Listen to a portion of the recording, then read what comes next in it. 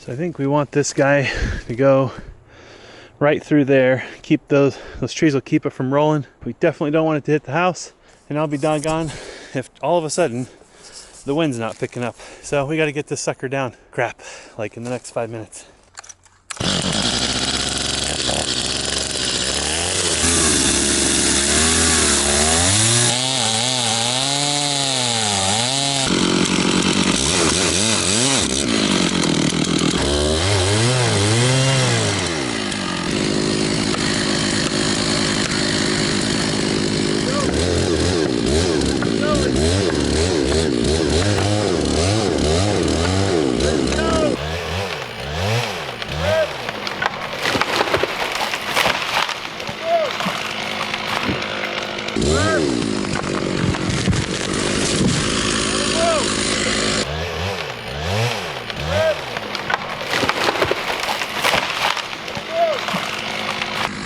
Nice work. All right. No injuries. Everybody's in one piece. Hopefully there's some beautiful wood in there. I cut that a little high because I didn't want to get down there in them dang rocks. Oh, better to be high. I don't know why they got to grow these trees on hillsides. So what are we going to do? Buck it into two? Let's give ourselves at least two 12-footers. Beautiful wood. Looks good, huh? Make your drawer fronts out of that, man. Right? Woo-hoo-hoo. Beautiful tree.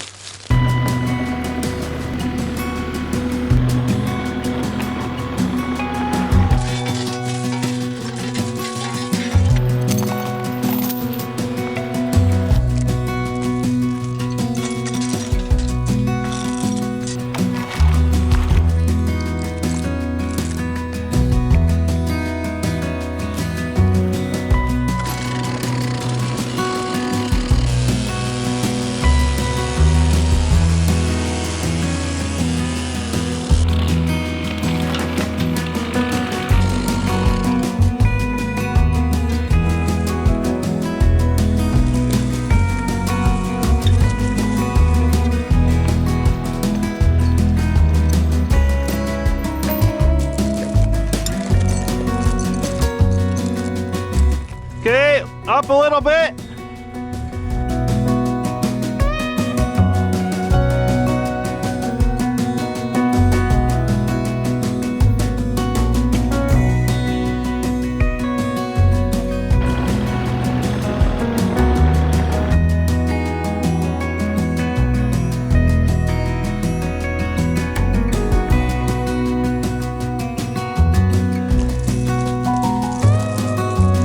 Clear.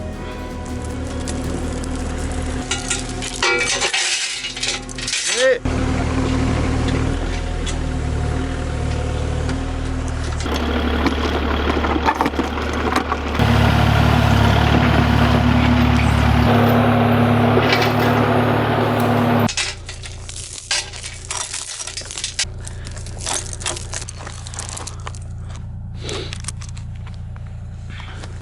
Okay. Probably just try to get it down below those stumps, huh? Beautiful. Beautiful.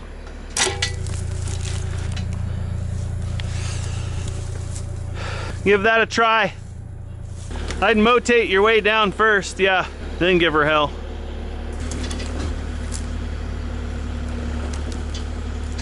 Pull your boom in. There you go.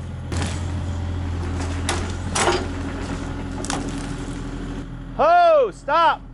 You're just ripping that tree out. So boom out and over here. There you go. Watch out.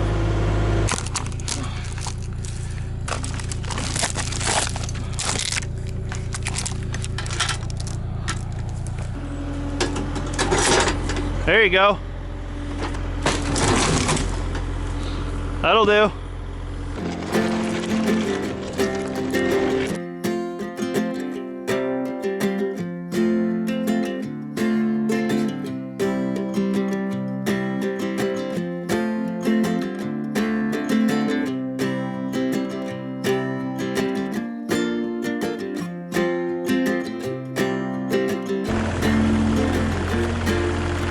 Nice work.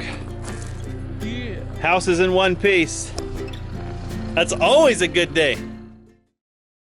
Well, I have good news, guys. We had to cut that tree down by the house because of the storm warning. Normally, I wouldn't really worry too much about that tree because it was on the northeast corner of the house and our prevailing weather is from the southwest. We get a lot of wind out of the southwest, and if the wind were to topple that tree, it was going to topple away from the house. And I wanted to leave the tree standing for as long as made sense to let it dry standing, so that when we got around to milling it, we didn't end up with a piece of wood that twists a whole bunch and then it has to be re-milled. That's something that we learned from cutting our own timber frame, is that there's not a lot of wisdom in cutting a tree down that is green as green can be. One, they're extremely heavy because they're full of water. And two, as that timber dries, any axial movement in the timber is going to manifest itself in twisting, right? So there are ways that other cultures in the past have dealt with this. They've girdled trees, they've scarred trees, they've done things to kill the tree standing. Then they let it dry standing, and then they mill it up. The problem is those trees weren't next to my house. And with the storm warning coming, we had to take it seriously. Unfortunately, it did affect a lot of people, but not us. It was very strange. They were forecasting sustained 40 to 50 miles an hour of wind, and I'm pretty sure we saw like one, which is really strange. But all around us, to the east and to the west, the impacts were pretty serious. Power outages and downed trees and things. So had that hit us, I would have been very happy that this tree was on the ground. If you've been following our channel for a while, you know that we have kind of a personal thing where we don't waste anything on our property. In fact, this log deck is a testament to that. This log up on the top is actually the other half, the second half of a tree that was bifurcated on the top, and this blew down in the 70-mile-an-hour windstorm that we had recently. If you haven't seen that video, give it a watch. It was really scary, and it was the very first time that our house, which we've been building for a couple of years, got truly tested. In fact, if I zoom in, I can show you the top of that tree. It's right there. That one had two tops on it. One blew off 4 years ago in a 100-mile-an-hour storm that cabin survived. And then recently we had a sustained 70-mile-an-hour wind, and it took the other half of that tree with it. So that guy ended up in the log deck. We were going to use that for something practical, but unfortunately it's got so much bow and crook in it that there's not really a lot of useful wood. But that will become firewood, so it's not going to go to waste. When we built our hot tub deck a few years ago, a lot of the wood came from this property in one form or another. The lumber that we used to build it came from trees that we had fell. And the posts, on the other hand, came from the top of that tree and another tree that blew down in the 100-mile-an-hour storm 4 years ago. So we're really good about turning stuff that's otherwise just waste material and a lot of people would pay to get rid of, we're turning it into things that are functional around the property. This tree had actually been dead for a little while. It looks like the beetles got it first, and then the woodpeckers came and they cleaned this tree off last winter. We had woodpeckers up and down this tree with a pile of bark several inches deep near the trunk. And then after that was all done, this fungus showed up.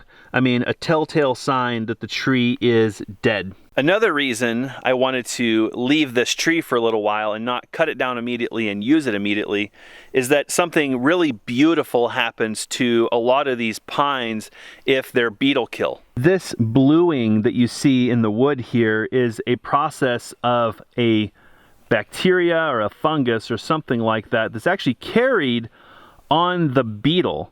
The beetle that killed this tree didn't make this blue. It's like some sort of a bacteria or fungus that ends up infecting the wood and it turns this blue color.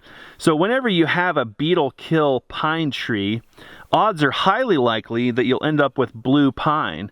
And a lot of people pay a lot of money for this wood because it's really pretty, especially once you start cutting the lumber. These blues really show up, and then once you finish the wood, they kind of pop.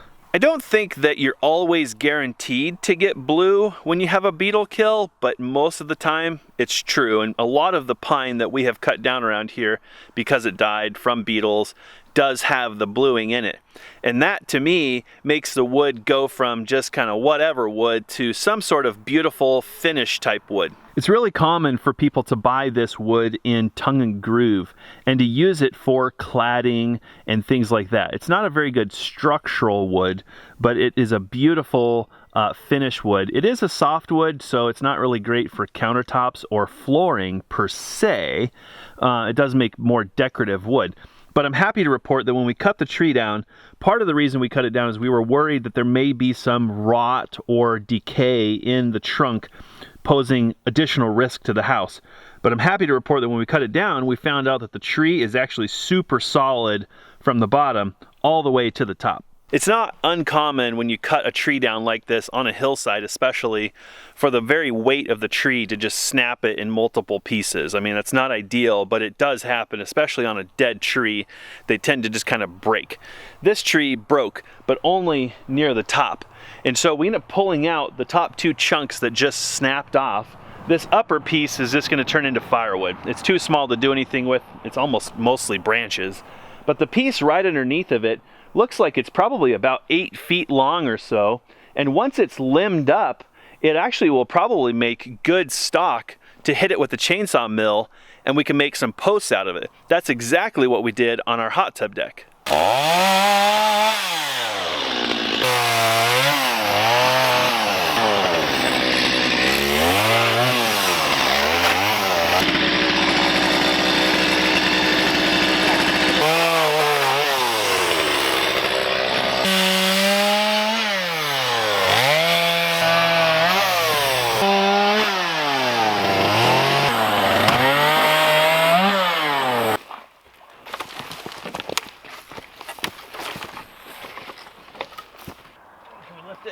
Nice. Good. It's been a few years since I've used this small chainsaw mill. I wish, that's embarrassing to admit, but we ended up getting a bandsaw mill and a couple of bed sections there that we ended up using to mill our entire timber frame from 55 logs.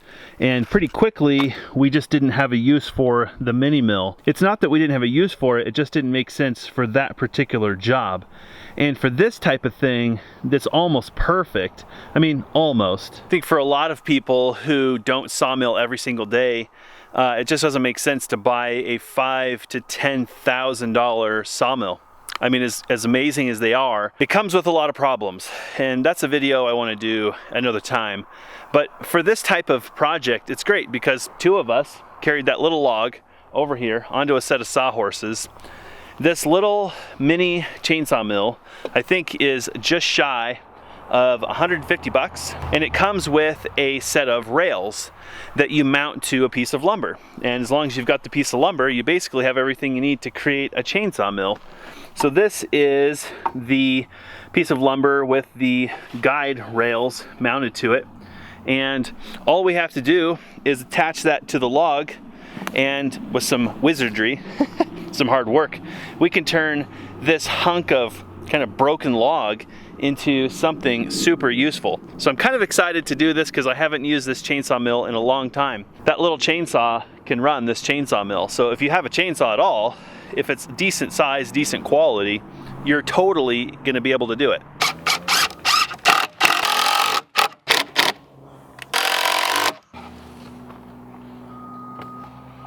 Okay, so yeah, let's nip off whatever you think needs to be taken off this end, you know, whatever's good wood, and then we'll just pull it to 9 feet and make a cut.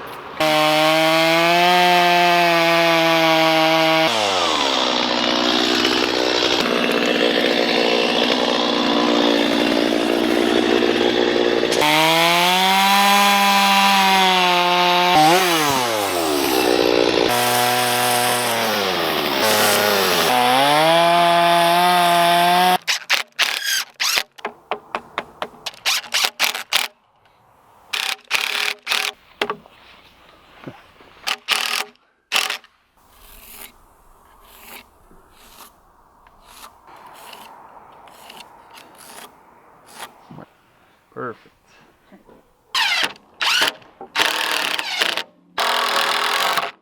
Not too shabby. Pretty dang close, actually.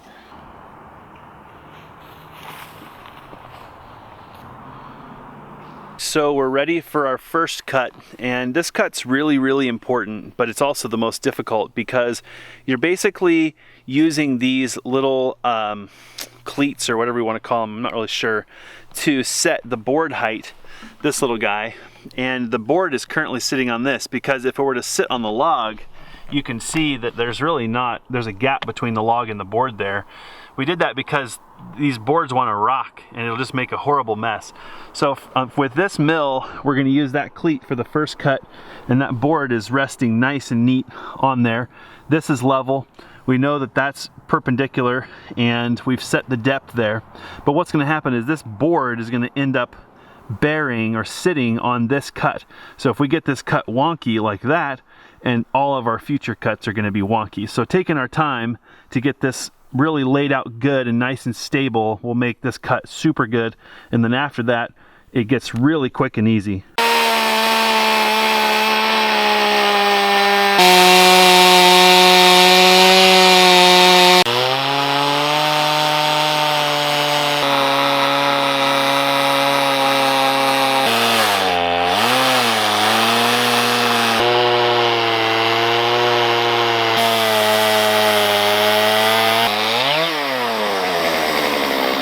Holy cow. Whee! Look at that. That is gorgeous. Do you want to take that home? Somebody can make a sign out of that. I just don't know who. That's beautiful. Of course, it's a little rough, but that's actually nicer than the cuts that I made when I was chainsaw milling, because I didn't understand sharpening and maintaining the chain and all that stuff when I was doing it. That turned out really nice. Well, how was it? Ow. Ow? Is that a rating? Which ow? Left ow or right ow? Right. Right ow? Ow. Is that from holding the throttle?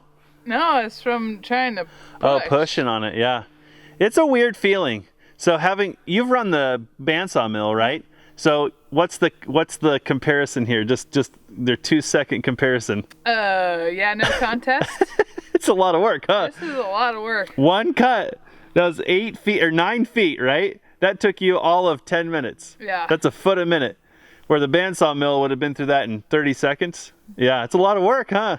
I don't think I fully appreciated that till now. I mean, I did a lot of this stuff and I've run the bandsaw mill, and just watching you work just brought back memories. I'm like, oh yeah, the back aches and the sprains and strains. So don't be fooled, guys. This is a lot of fun, but it's a lot of work, and that's not even a big cut on a big log. It's a thin cut on a small log. All right, we ready? We're just gonna remove the guide, right?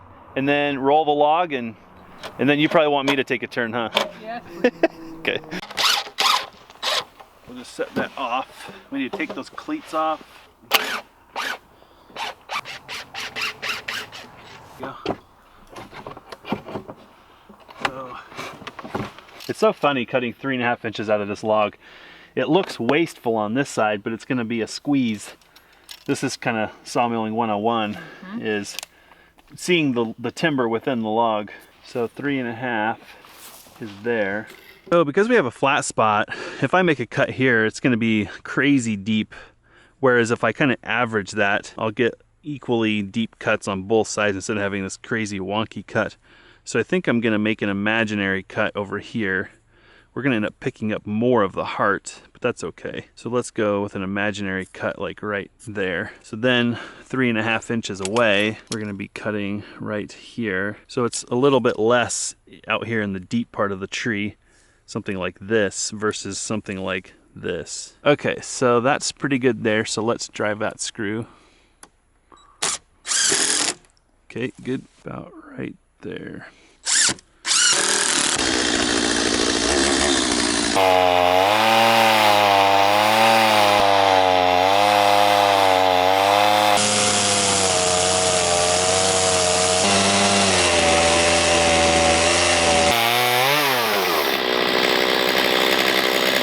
Wow, nice. What a beauty. It's actually, I mean, for rough sawn, it's pretty good. for being a crosscut chain, which is not designed for what we're doing with it, you really should have what's called a ripping chain for this.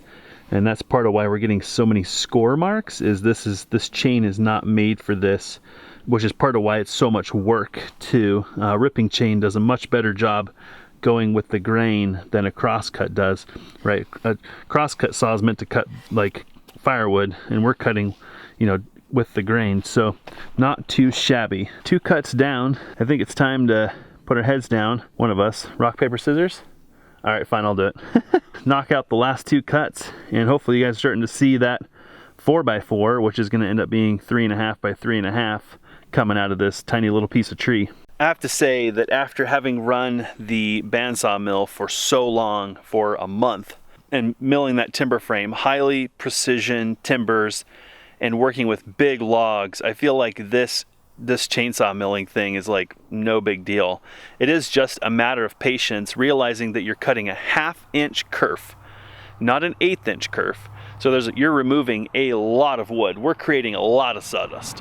And the chain is not designed for this. If we had a ripping chain for this saw, I'd throw it on there. We just don't. We have one for the big saw, but the big saw on this project would suck even worse because it's so big. It'd be like chainsaw milling over your head here. So there's a few things we could do to fine tune this process. It's going really well, but the point is, a bandsaw mill will teach you a lot, and that this will make this process easier.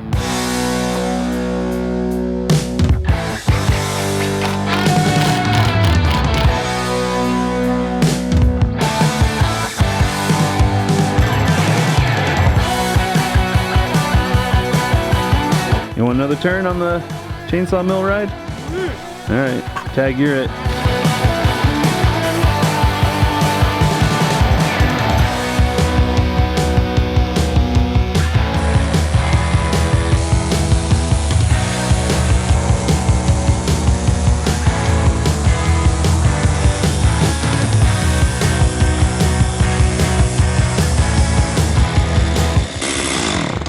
Beautiful.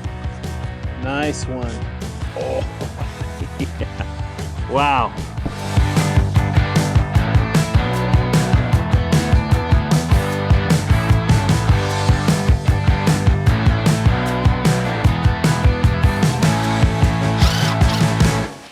Oh yeah. Right? Yeah, if you wanted to make it like live edge post. Anna's suggesting that we don't fourth side this, we just kind of leave that rawness on that edge, and I kind of like that idea.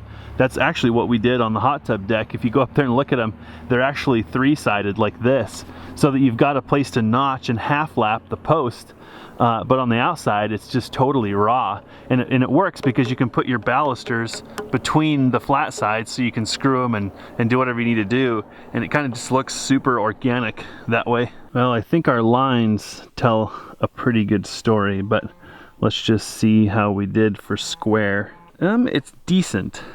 Not perfect, but I would say that's as good as any timber I've ever bought at a hardware store. That's pretty dang good, guys. Well, we've got snow in the mountains. This is a bit of a, what do we call, a first warning from Mother Nature. And it's a lot of people are like, oh, I can't believe winter's coming so soon. This is not winter. This type of weather is not uncommon for us, but this storm was pretty rare. Apparently it did snow quite a bit in some areas. There were areas that got 3 to 4 feet, but those areas are 10,000 feet in elevation, and they can get snow in July, like Glacier National Park. They call it Glacier National Park for a reason, because the snow doesn't melt. Like, it's just winter anyway. So the positive side is we're fine. We didn't have any impacts from the storm. We're kind of blessed to be blocked from the north, so a lot of this really cold, bitter wind and snow doesn't really hit us when we get these northerly storms. It's a blessing and a curse, because in the summertime we burn down because we're south facing and the sun is relentless. This was a really fun project. I'm glad we salvaged the top of this tree. I'm glad we got the sawmill out and we kind of played with it a little bit. Making this post was a lot of fun. I'm gonna build kind of a temporary set of stairs, I think, out the back, no matter what happens before winter, so that we can have easier access to the hot tub. I think we're more likely to heat it and use it if we've got easy access. We have been heating it so it doesn't freeze, but that's more like a chore, and heating it to use sounds like a lot more fun. I'm gonna link to this sawmill for you guys, and like I said, if you're looking for kind of a fun toy, or if you're just on a tight budget and you've got some wood laying around and you want to work your butt off, you can do it. There is a learning curve, and I'm just putting it out there that we made this look easy. It is after you've spent a month behind a sawmill and you kind of understand the process, but give it a look. If you've got a small saw like this, you know, I feel like we're working this saw pretty hard. Like I said before, if you can find or have made a ripping chain which is filed at 10 degrees, that's important, this process would go a lot smoother.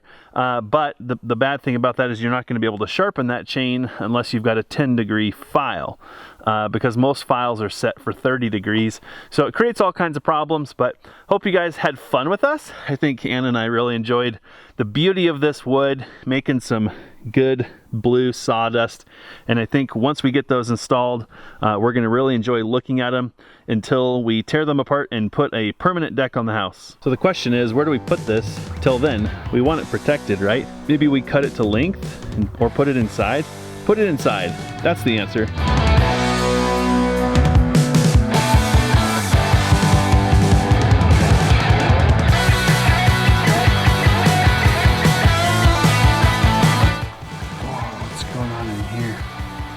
Oh, yummy.